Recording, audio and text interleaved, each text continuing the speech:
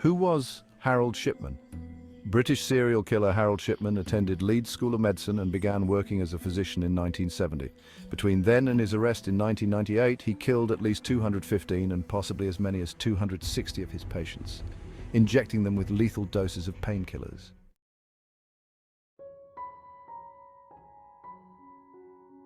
Early life. Born the middle child into a working-class family on January 14, 1946, Harold Frederick Shipman, known as Fred, was the favorite child of his domineering mother Vera. She instilled in him an early sense of superiority that tainted most of his later relationships, leaving him an isolated adolescent with few friends.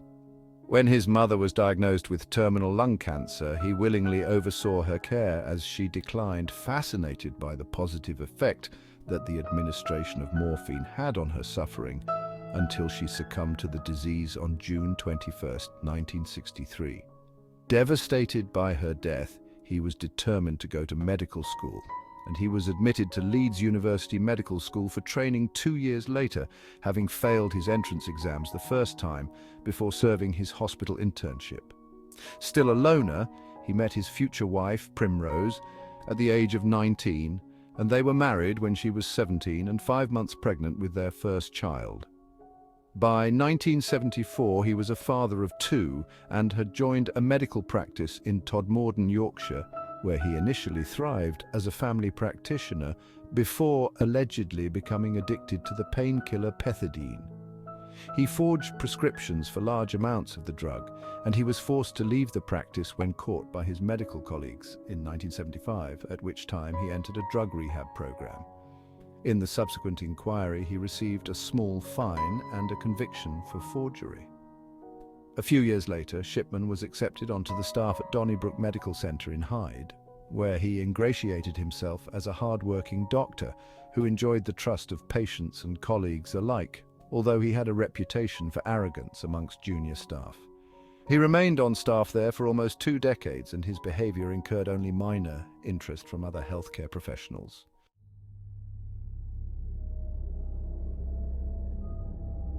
Crimes. The local undertaker noticed that Dr. Shipman's patients seemed to be dying at an unusually high rate and exhibited similar poses in death. Most were fully clothed and usually sitting up or reclining on a settee.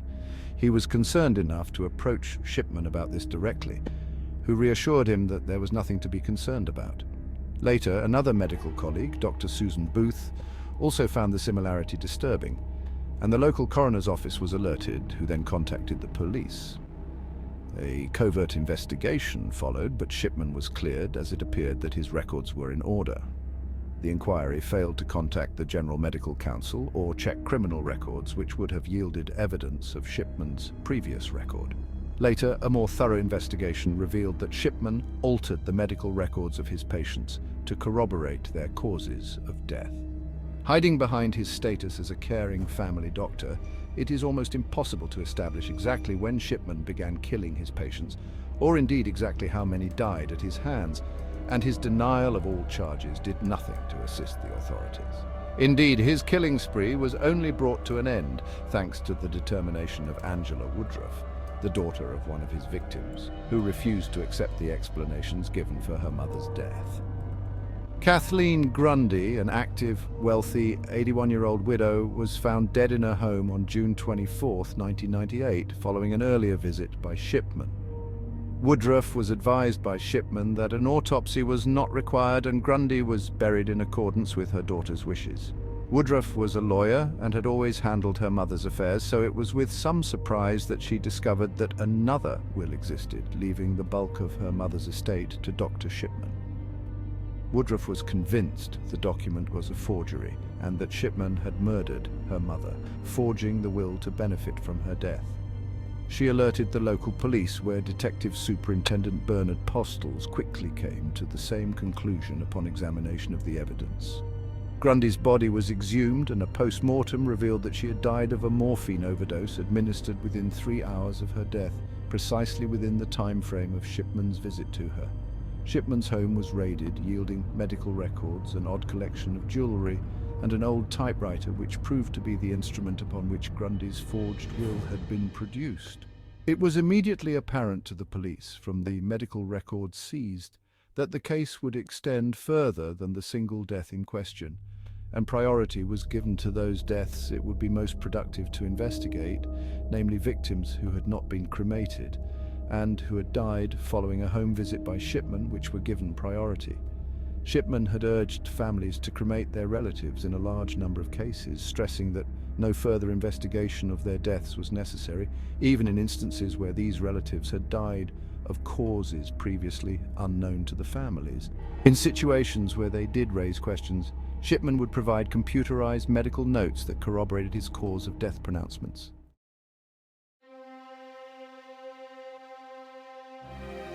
Trial and aftermath.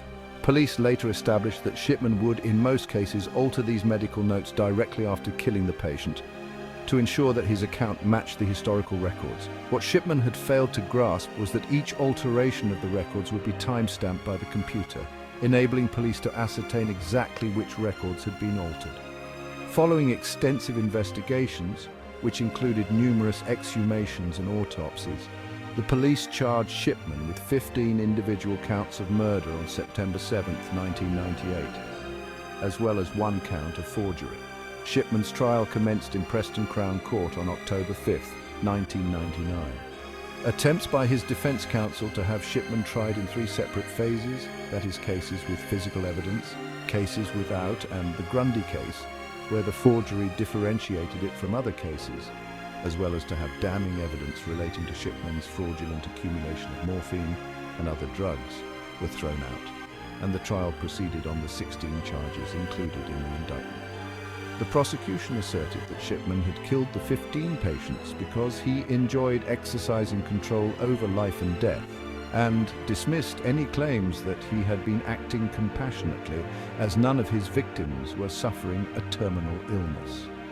Woodruff appeared as the first witness. Her forthright manner and account of her unremitting determination to get to the truth impressed the jury, and attempts by Shipman's defense to undermine her were largely unsuccessful.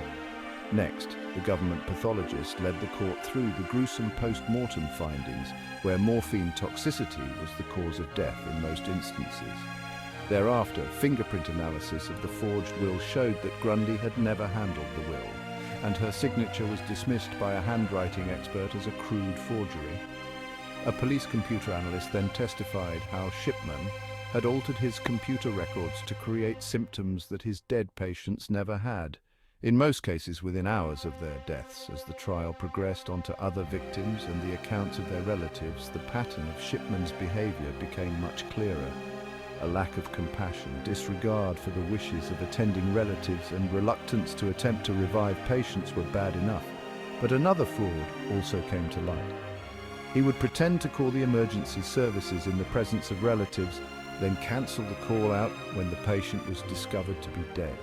Telephone records showed that no actual calls were made. Finally, evidence of his drug hoarding was introduced, with false prescribing to patients who didn't require morphine, over-prescribing to others who did, as well as proof of his visits to the homes of the recently deceased to collect up unused drug supplies for disposal. Shipman's haughty demeanor throughout the trial did nothing to assist his defense in painting a picture of a dedicated healthcare professional. Despite their attempts, his arrogance and constantly changing stories, when caught out in obvious lies, did nothing to endear him to the jury.